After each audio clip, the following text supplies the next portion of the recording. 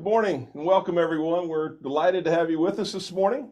What a summer we've been having. You know, it's winding down and hard to believe we're only 47 days away from the first day of fall. And with fall, we think about school and knowing that in 13 days, the Beaufort County School District will be back in session. And speaking of children, I know a few that are back in school today. So school is winding up or winding ready to go, and encourage you to be careful and watch for school buses and children as they're out and about. You know, I can't let the moment pass this morning without a special hats off and recognizing the Heritage Classic Foundation. The RBC Heritage is 250 days away, and 1 or 2 days ago, it was announced that the RBC Heritage will be one of only eight signature events on the PGA Tour next year. So what does that mean? Well, to me, it means we'll have the best golfers on the planet here. And that'll be the week after that other tournament that's just down the road a little bit, the Masters. And so April 15th through the 21st, mark your calendars now. And once again, it'll be another great event. And a special shout out to Steve Wilmot, the Heritage Classic Foundation, all the volunteers and trustees that make this tournament one of the best of the best of the best on the PGA Tour. This morning, we've got a great lineup for you again, and I think it's time to get right to it. We all know that the cost of insurance remains top of mind with residents and businesses, and your chamber's looking at that issue and digging into it from several different angles. And for this month's Power Hour, we took it to the top. We're pleased to kick off Power Hour this morning with Michael Wise, the Director of South Carolina Department of Insurance. Michael is going to talk to us about what's happening in the market right now with affordability, and maybe as just importantly, the availability of insurance. He was appointed by Governor McMaster in the spring, and we're anxious to get his take on how South Carolina compares to other states and what's on the horizon for insurance rates. Michael, welcome. We're delighted to have you. And those of you who haven't sent in questions yet, I'll remind you to do that. And we've had several questions that have already come in. So Michael, we're looking forward to hearing from you. Well, thank you for the invitation to come speak. I'm happy to do that. I'm glad to be with you all this morning. You'll have to excuse the lighting in the background. I'm on the road right now, but I'm happy to be here virtually. So just briefly, I'll go over the coastal property market as we see it and provide just some updates there, an overview, and then take those questions. Right now, the coastal market is experiencing some issues, certainly. You've probably seen that. We have seen the cost rising for insurance coverage. We've also seen some strain on availability in certain markets, particularly condo buildings right now. That's what we've heard a lot of, and we've seen a lot of, is that they're having trouble finding coverage, and it's often increasing in cost astronomically. I'll go through a little bit of that, and let me start by saying some of the reasons why insurance costs are going up. We all see on the news these natural catastrophes that happen around the world. We see typhoons in South Korea, we see earthquakes in Turkey, we see wildfires in California, as well as the hurricanes that impact the Southeast. And that's all connected these days. The insurance companies buy something called reinsurance, and reinsurance is essentially insurance for insurance companies.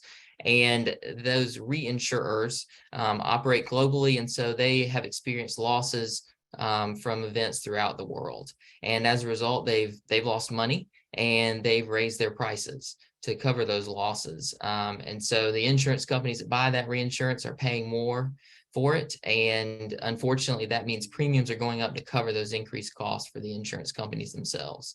In addition to that, we've certainly seen claims in other states, in particular, especially Florida last year with Ian, and that's ongoing. And so everything that impacts those companies that operate in South Carolina certainly is something we're aware of and we keep tabs on. And beyond that, we've seen a lack of reinsurance, what we call capacity. So investors in reinsurance companies are less willing to put up their capital when it feels like a riskier investment, so where the reinsurers lost money. So that means there's less reinsurance available. When there's less competition, as we all know, prices do tend to increase. So that's another pressure there. We've also seen rating agencies downgrade some companies. Typically for a mortgage, you need for federally backed mortgage, you need an A-rated carrier for your insurance. And so we've seen some ratings downgrade. So that's put a little bit of pressure there on availability in the market. And then we've also seen property values go up. So if your property value went from $500,000 to $600,000, then that's a 20% increase in coverage that you need. And it may not equate to exactly a 20% increase in your premiums that you're charged. It does have an upward effect on that, an upward pressure. And so that's impacted things. And then inflation in general, the labor and the materials cost to replace or repair anything these days, but particularly property, has gone up significantly over the last couple of years. And we don't have a crystal ball. We hope maybe that's starting to ebb a little bit, some of those pressures, but that is what's impacting coastal rates. Now, one thing to just keep in mind as the questions we get would be, well, there hasn't been a storm, maybe in South Carolina, that's had a widespread impact. We haven't had a Hugo in a long time, but we have had some other storms like Matthew and others in the 2000s. And so we see those things happen, and we do get those questions about profitability for insurance companies. Well, they made a lot of money in a year we didn't have a storm. So the business model for property insurance companies is they tend to make more money in the years whenever there is no hurricane hitting their covered area. And then whenever there is a storm that impacts significantly, they lose a lot of money. Some of that is shouldered by the reinsurance companies, but then those direct writers do shoulder a lot of the burden themselves directly. And so what we do as a regulator is we make sure that those companies in the good years are putting away money into reserves to pay claims, and also something called surplus. That's an additional mechanism to have funds available to pay claims. And so essentially it's a savings account for the insurance companies. And so they put away a lot of money in the non-storm years so that they have it for the storm years. And that's something that we're trying to get the message out on, that is something that maybe somebody who's not in the insurance industry doesn't know about. They just haven't been exposed to that. And so we do look at those insurance companies and make sure that they have money to pay claims. That's the reason that insurance departments were first created, is to address solvency issues of the insurance carriers for all lines of business. And beyond that, we also do some other things. Of course, we take care of our consumers if there are questions, whether it's personal lines or commercial lines of insurance. Feel free to call us and reach out with questions. We like to educate as much as we can. And we also take complaints, so we can address those with the companies. And then one of the things that's come up with the condos specifically is the type of insurance carrier that offers coverage.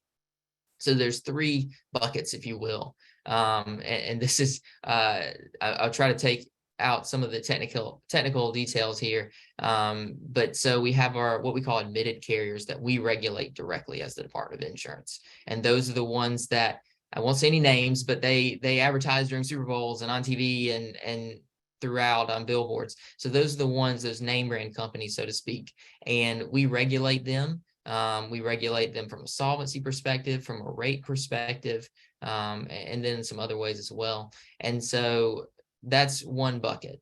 Another bucket on the other extreme is the South Carolina Wind and Hail Underwriting Association. That is the residual market, the market of last resort in the state for wind coverage along the coast.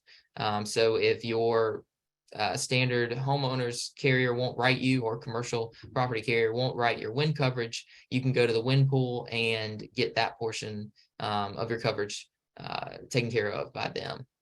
And so then between those two, that something that serves as it's a niche market that provides some flexibility, is the surplus lines market. Those are non-admitted carriers, so we don't regulate them. They have more flexibility. The idea is that they can fill a gap between the admitted market and the residual market. And so these condo associations that are having a lot of difficulty are primarily dealing with the surplus lines market, and we can communicate with them, but we don't have any say in the rates they charge or in their solvency. There is regulation for them by the state in which they're based, what we would call their domicile state. And so that's who regulates them. They typically do it just from a financial standpoint to make sure the company's solvent. But that's something that we've gotten some questions about recently. And so I feel like it's helpful just to go ahead and address that up front. And then from there, I'm happy to take questions. There's a lot we can cover. I have notes in front of me, but I think there are some questions, so I want to leave time for that. Very much. We appreciate that. And our first question today is coming from Tim.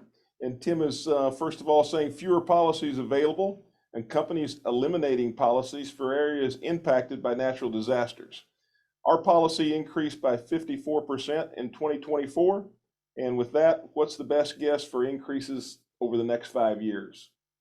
So I can't predict everything that's going to happen, but I will say that we've heard some things that are promising about the reinsurance market in particular, that it may be cooling off some.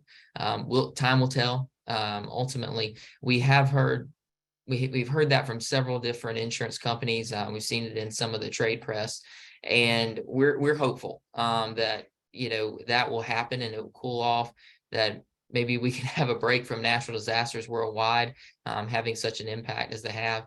We've seen other states are in worse circumstances than we are.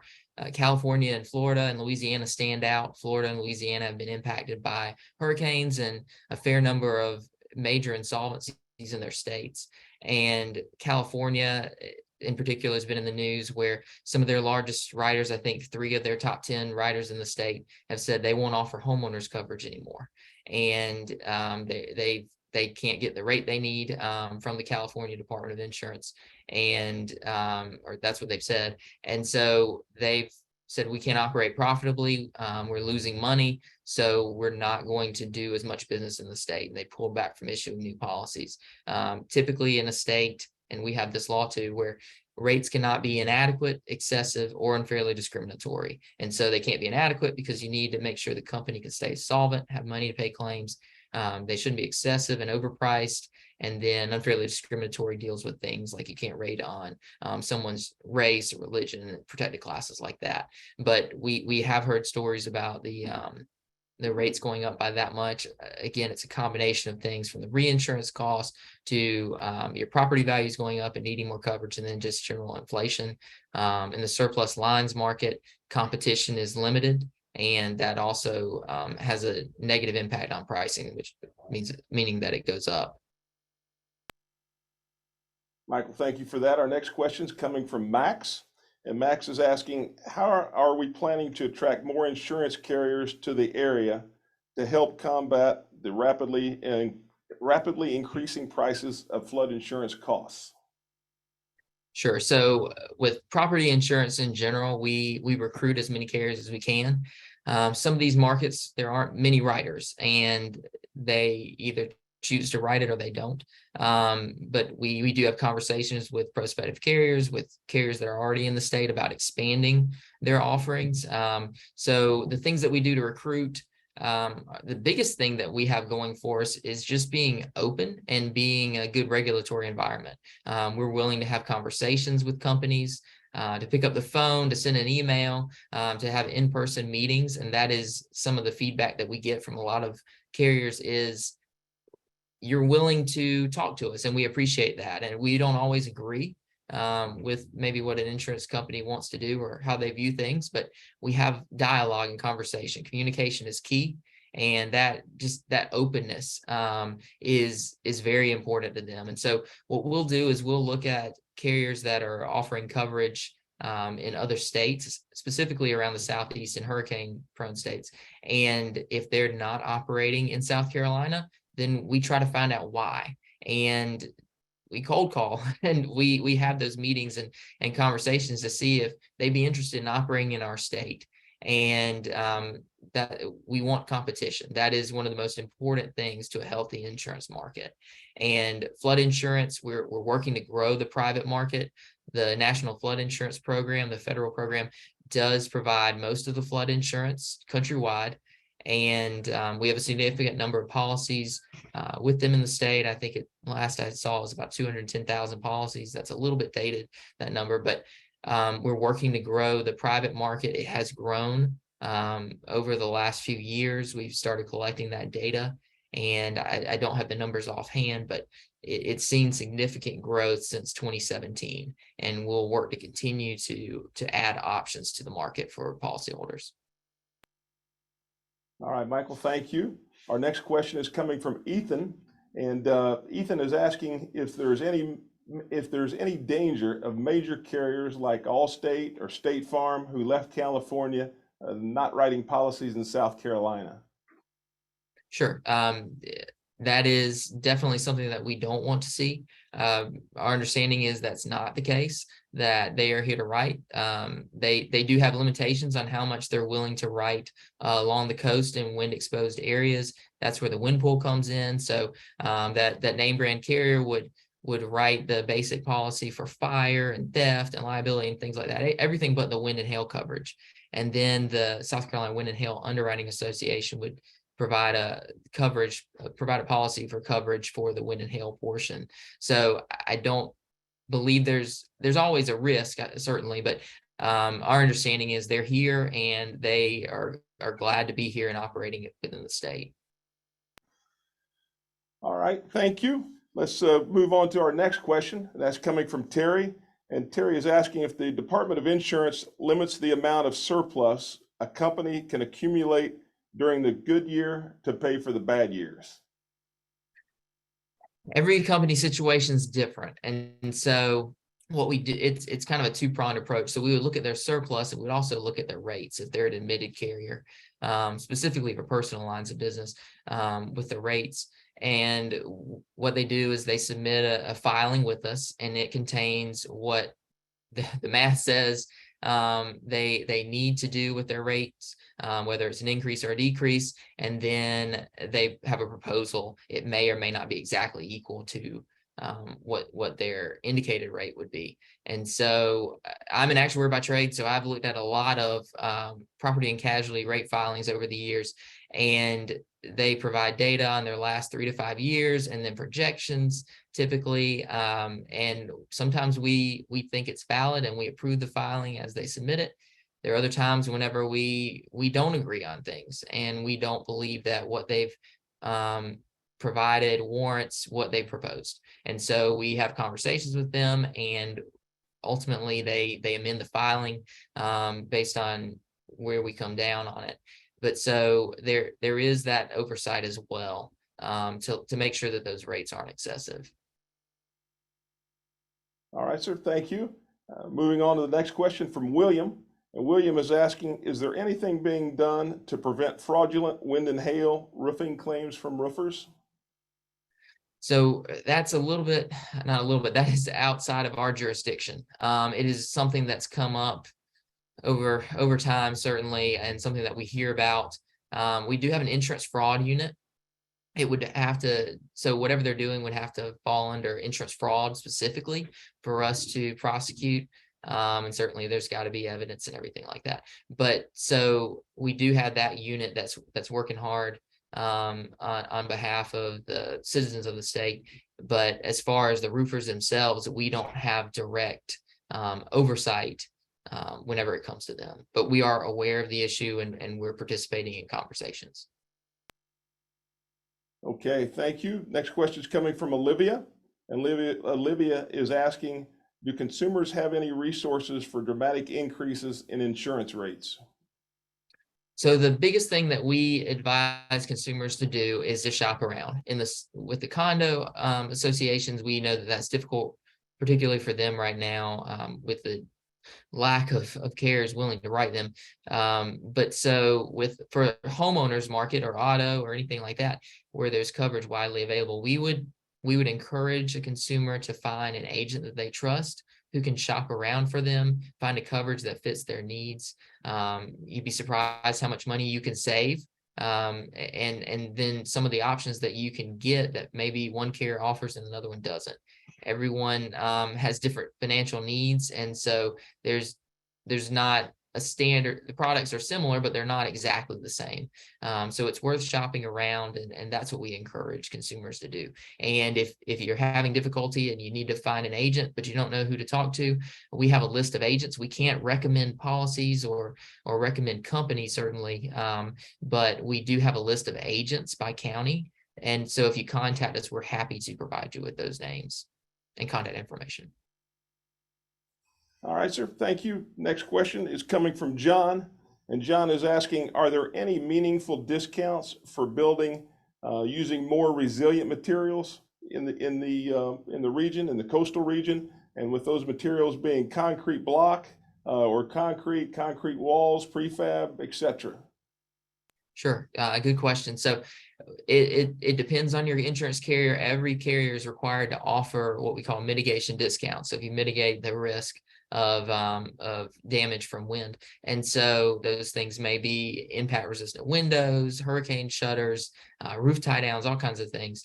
But I would advise checking with your agent or broker, and maybe even your insurance company directly, to see what they offer discounts for, to make sure you don't go spend money in doing something to fortify your structure, and then maybe that's not something that's recognized by the insurance carriers risk mitigation, and you don't receive a discount. So I would strongly encourage a policyholder to check with their agent or broker, and again, maybe even their insurance carrier directly, to see what would give them the most bang for their buck, essentially.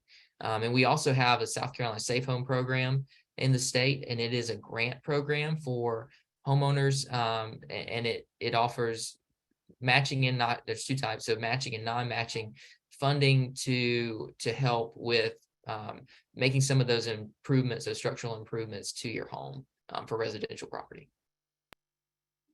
All right, Michael, two more questions. And the next one is coming from Kate. And as Kate is asking if you can get a list of agents you mentioned online on your website. Right. So it's on the website, I believe. If it's not on the website, then you can call us, and we're happy to provide you with that list. All right. Next question is coming from Andy, and Andy is asking, will insurance company give homeowners consideration for major improvements such as roof, mechanicals, etc.? Yes. So again, it varies by the company how much of a discount they give for each item, and also the items that qualify. But we certainly encourage you to reach out to your agent to find out more about what the different companies that you have as options offer. Michael, you've been extremely informative this morning. We thank you for your time. We thank you for what you're doing. And we all know that we've got a big challenge ahead of us, and we look forward to seeing brighter things in the future regarding insurance rates. As do we. And thank you for the time this morning. I appreciate the invitation to come and chat for a little bit. All right. Thank you very much. Well, we're going to transition now. And if you haven't driven down the road in Buckwalter lately, you missed a lot that's going on out there. New restaurants, shops, and much, much more. Washington Square, the 35-acre development that's well underway. It's a mix of residential, commercial, along with green space. And here to tell us more about it is our good friend David Johnson, the principal with Speyside Partners, the group that's developing the project. David, always good to see you. Welcome, and we thank you for being with us today. Thank you, Bill. Thank you, and thank you to the Chamber for having me, and all of you who are tuning in. And Kelly, I appreciate you taking care of the presentation here. So, if you could flip forward one, Kelly, that'd be great. We start off with an idea of that if we could create a village that basically had some green space and gathering spaces, we could have some interesting retail and entertainment, and that we could create an interesting project that people would want to come to. We could go forward, please, Kelly. And that's where that was the whole point behind creating Washington Square. And as you can see, this is the master development plan. I think some of you have seen it in the past. It's moved along from where some of you originally saw it quite a bit. The whole idea was to center this development around a big green space. If you can go forward one, and we'll come back, Kelly. I'll just show. I have some photos. This is the landscape square in the middle. We can go back now, please, to the master plan. And so I just want to walk through where we are, what's going on now, and I have some photos after this it'll kind of bring it. Those of you who hadn't been out there. There will be a connection. If you start from the left, there's a connection to the Buckwalter Place, which is where the Kroger is, and other things, the St. Joe's Medical Center. There'll be a connection there. That road will connect where you see that arrow. On the orange piece there as we come back from that road, that it will be a Starbucks is being planned and should start in the next month or so. Across the street, we have, or right next to that is, many of you have been to Low Country Fresh, which is a wonderful market and wonderful entrepreneurs that have started that. I think the chamber has been very involved with that, which has been great. Across the street are 58 townhomes that are well underway. Logan Development is doing that. It is they're going to be 58. There are, I think they've sold around 20 already, and they haven't finished. They're about halfway done with construction there. Then coming to the right toward the square, the first building that's underway, many of you who may have seen, is the framing. Amazing how quickly framing happens after it sits there, with a lot of the site work. And that'll be a 3-story building, which I'll talk about a little bit more. That L-shaped building on the square is what's the first building that's going up. That building the next building will be flipped. That building will be flipped onto the other side of the square, that same L shape to the other side of the square, which is a combination of retail and rental apartments. Before I go too far, we're planning the entrance street, which is Ludlow there on which is next to, between Low Country Fresh and the building now going up, is a planned retail, mixed-use retail and office with the possibility of some shared office in that building. And then there are various other mixed-use projects that will be the other buildings that you see there, and the potential, that square building in the back, people always ask about. The potential there is a boutique hotel with roughly 80 to 100 rooms. So that's the master plan. What we're currently working on is what we call Washington Square East, which is everything between Buckwalter Parkway and the square. So that building I mentioned, which is going up now that you see. I'm happy to also tell you that we've reached an arrangement. We've got a contract with Tesla for them to put 16 charging stations in that first phase of the project.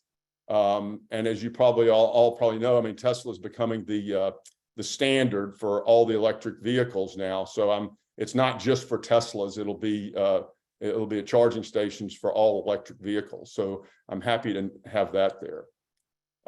If we can go forward, please, Kelly. You've seen the square. We'll go one more forward. And many of you have already seen Low Country Fresh. It's such a great concept, great people, and it's really a great store. I encourage you, if you hadn't been, to go there. They were pioneers into Washington Square, which I'm very appreciative of.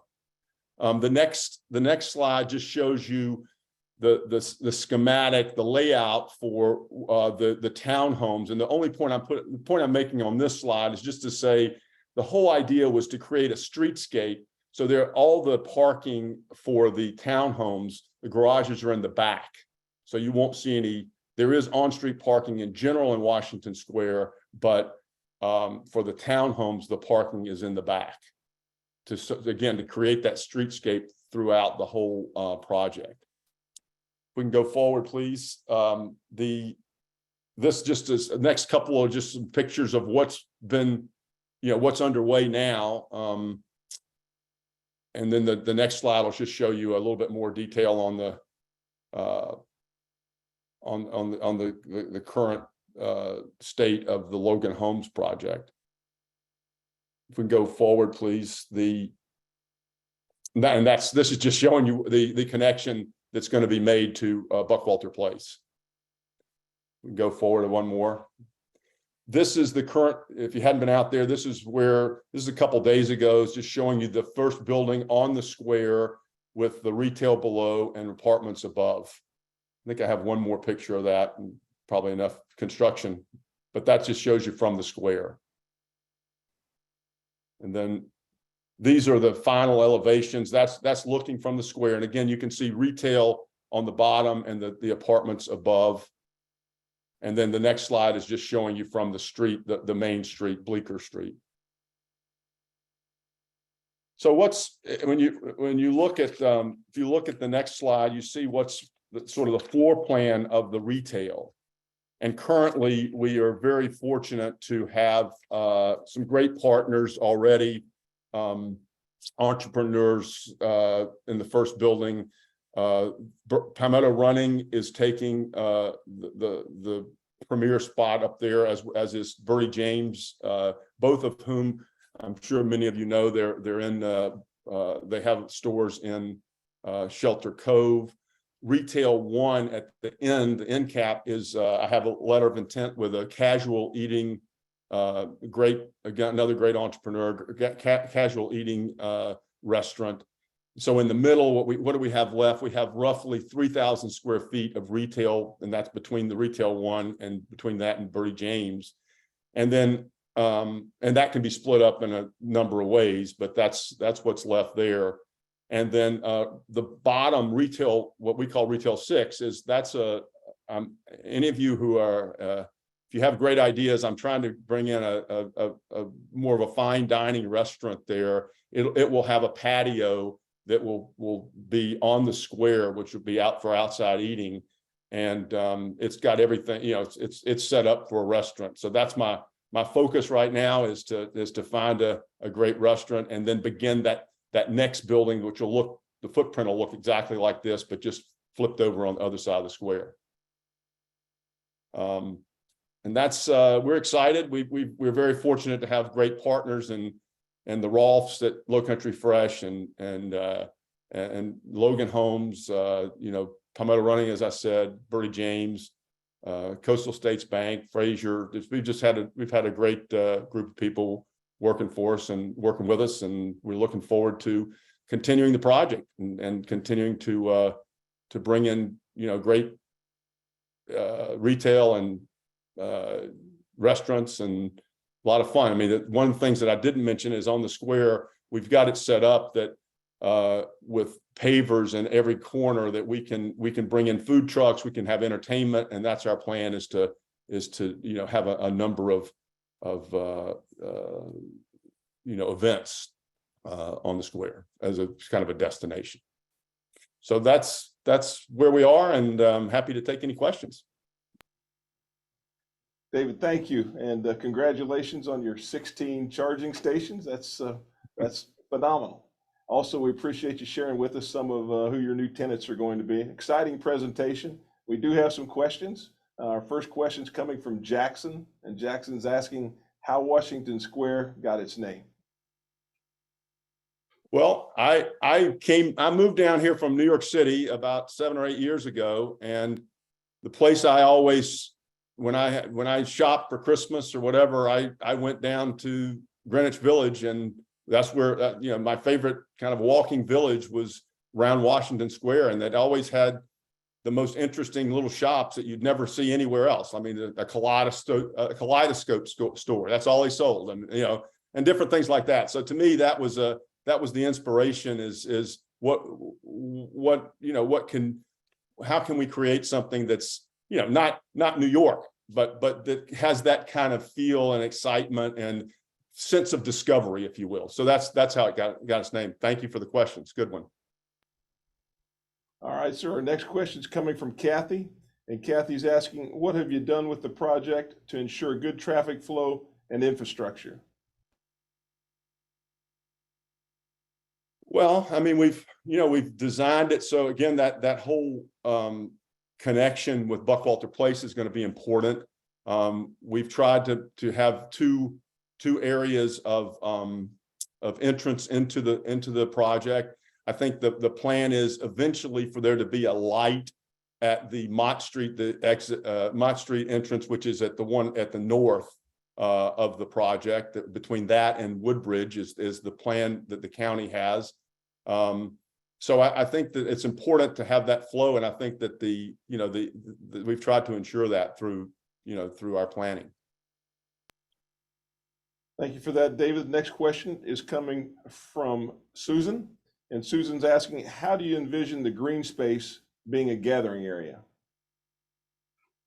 Well, we hope to program it. Well, first of all, let me just say that, like for instance, Palmetto Running has some ideas to, start some races there and we're actually trying to put a pathway around, like there is around Buckwalter Place, a running pathway around the whole project. And we've submitted something to the Corps of Engineers to begin that process.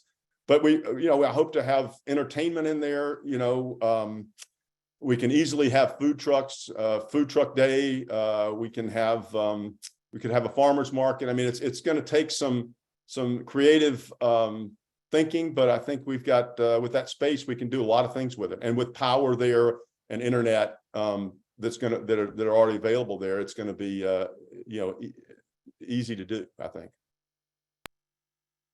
Thank you. Two more questions coming from our listeners this morning for you, David. The next one is coming from Ethan, and Ethan is asking, when will the project be complete? I think we've got another 2 to 3 years to finish the whole project. But that's a great question. I wish I knew the answer to it, but we're steadily moving along and it's picking up some steam. So I think it's probably 3 years away, Ethan. You probably think not soon enough. Well, it's been many people have looked at it and said what's happening for many years, and it's been slow, but that's the way it works. It seems to be gathering.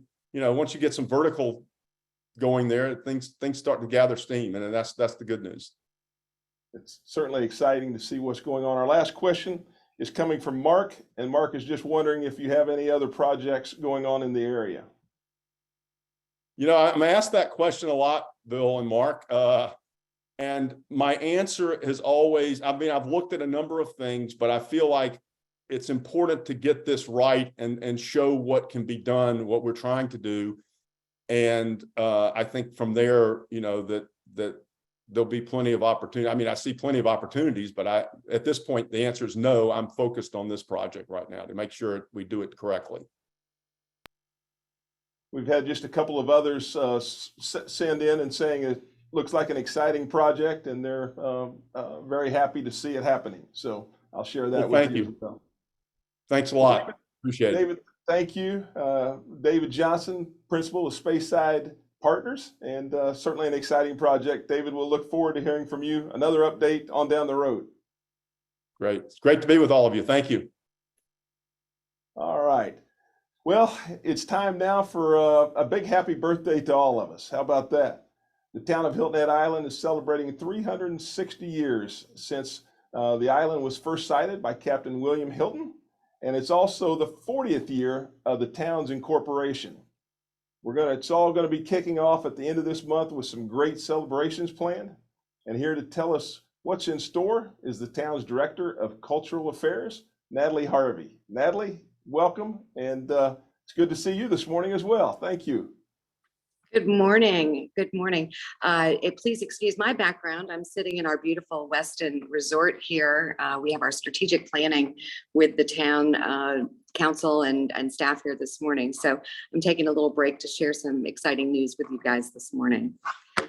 The 360-40 celebration is going to be almost 3 weeks of action here on Hilton Head Island.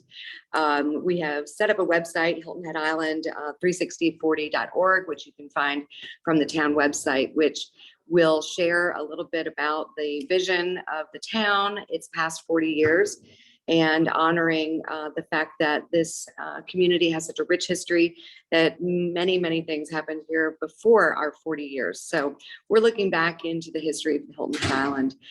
We're really excited to have a couple of bookend community activities to celebrate. The first being our community picnic on August 26th. That will be at Low Country Celebration Park from 4 to 8. And we're going to have beautiful Chamber of Commerce weather and get out to enjoy celebrating the town's anniversary with some live music, as well as lots of fun activities for the kids, and over 25 community organizations out to share their services with our community. And this is also going to honor some of our longtime islanders. We're looking forward to having recognition of those who've lived here for 20, 30, 40, 60, 80 years, as well as a proclamation from the governor, and Senator Davis has agreed to attend as well. We have the Voices of El Shaddai, Eric Casanova, Louise Spencer and Levon Stevens, Matt Robbins, Sarah Burns, and these guys and Quentin Smalls on the books for the entertainment. So it should be great. And if then you go to our website, you'll see about a dozen other events that have already been on this calendar, including an interfaith service, a behind the scenes tour at Coastal Discovery Museum. And of course, the Chamber of Commerce is going to be sponsoring Chalk the Walk this year as part of it. The Breeze Trolley, the Painted Rock Ride will kick us off that first weekend. And there will be a special program about Walter Greer and his early efforts here to bring arts to our community that were in the form of the Red Piano Gallery and the Round Table. And then at the very end, the last weekend, the 14th through the 17th of September, we're really excited to be the presenting sponsor of the inaugural Hilton Head Island Jam Singer-Songwriter Festival. This is bringing us days of music, and over 36 performers are going to be involved. There are a dozen different locations all around Hilton Head, but the finale for that will be a Saturday, September 16th, concert at the Low Country Celebration Park. The headliner is going to be Low Cash, and it should be a really fun day to come out and enjoy some original live music. Our presenters of this are partners in it, our BMI Music, and let's just say that the interest from the Nashville scene has been strong for those artists to come here to Hilton Head Island. So they have their own website. You can go see the entire list of performers who will be here. We have Grammy award-winning songwriters. We have number of top one hits. They can visit hiltonheadislandjam.com. If you have any questions about those events, I'll also, if you wouldn't mind sharing later, you can always email our committee here with the Hilton Head 360 celebration. It's 360-40 celebration at hiltonheadislandsc.gov. So that's a little bit of a taste of what's happening over these few weeks between August 26th and September 16th. And I'm really excited to share that with the Chamber and appreciate the opportunity to share that with all of your business partners. Natalie, thank you, and thank you for breaking out of your meeting to be with us this morning. A couple questions that we have coming in. The first one's coming from Olivia, and Olivia is asking about the Singer-Songwriter Festival and inquiring how that came about. The town was approached by an organizer of this event, and they have done similar programs like this down in Key West for a number of years. And we're really thinking that Hilton Head Island was the perfect location to host such an event. The really great thing is when I first heard music festival, I thought a 3-day long out in a field event with several stages. And this is actually a very different format. There are a dozen different locations, and excuse me while I look at my cheat sheet, but they range in size from, we have Big Bamboo, the Jazz Corner, outdoor performances at the Tiki Hut. Our friends here at the Westin Resort got very excited, and they're going to be hosting songwriters at their pool as well as during the evening. Lincoln and South will be hosting programs during the day. Several events at the Liberty Oak in Sea Pines, which is exciting. The Westin again, Fish, Caligny Theater, the Boardroom, and of course the bank will be joining us, and then the Celebration Park. So there's a great variety of size of venues. So there's going to be the opportunity for intimate performances with some of these songwriters, where there'll be several on stage at a time, sharing stories, sharing backgrounds of their music. And then there will be some events that will be more of a ticketed concert-like environment, like at the Caligny Theater. All right, thank you. Next is coming from Susan, and Susan's saying Crescendo is not too far down the road. What's planned for that celebration? Oh, Crescendo, that's right. I'm working on that too. This is, Hilton Head Island always has something exciting going on in the arts and cultural community. So having the opportunity to have the 360/40 several weeks before we kick off Crescendo, that will be going on.